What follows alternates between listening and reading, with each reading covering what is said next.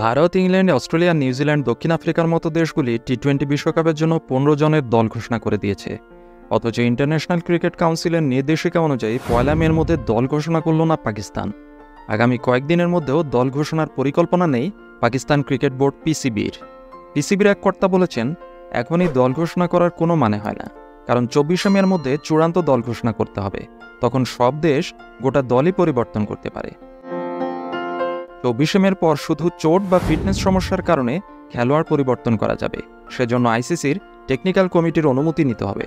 তাই পাকিস্তানের নির্বাচকেরা সিদ্ধান্ত নিয়েছেন প্রাথমিক দল ঘোষণা করবেন না। ইংল্যান্ডের বিরুদ্ধে প্রথম টি-20 ম্যাচ পর্যন্ত দেখে নিয়ে একেবারে চূড়ান্ত 15 জনের দল ঘোষণা করবেন। 1 মের মধ্যে ঘোষণা করা দল আসলে প্রাথমিক দল। আসন্ন টি-20 বিশ্বকাপের জন্য চূড়ান্ত দল ঘোষণা করতে হবে 24 মের মধ্যে। এখন ঘোষিত দলের যে কোনো ক্রিকেটারকে পরিবর্তন করতে পারবে প্রতিযোগিতা দেশগুলো। তার জন্য কোনো কারণ দেখাতে হবে না, নিতে হবে না কোনো অনুমতিও। সেই সুযোগ কাজে লাগানোর পরিকল্পনা করছে পিসিবি। আগামী 23 অথবা 24 মে একেবারে চূড়ান্ত দল ঘোষণা করার সিদ্ধান্ত নিয়েছে পাকিস্তান। টি-20 বিশ্বকাপের আগে ইংল্যান্ড এবং আয়ারল্যান্ডের বিরুদ্ধে সিরিজ খেলবেন বাবর আজমেরা। আয়ারল্যান্ডের বিরুদ্ধে 3টি ম্যাচ হবে 10, 12 এবং 14 মে। তারপর 22 থেকে 30 মের মধ্যে ইংল্যান্ডের বিরুদ্ধে 4 ম্যাচের টি-20 সিরিজ খেলবেন বাবরেরা।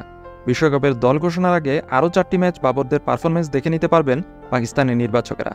তাই ইংল্যান্ডের বিরুদ্ধে প্রথম টি-20 ম্যাচ পর্যন্ত অপেক্ষা করার সিদ্ধান্ত নিয়েছে পিসিবি।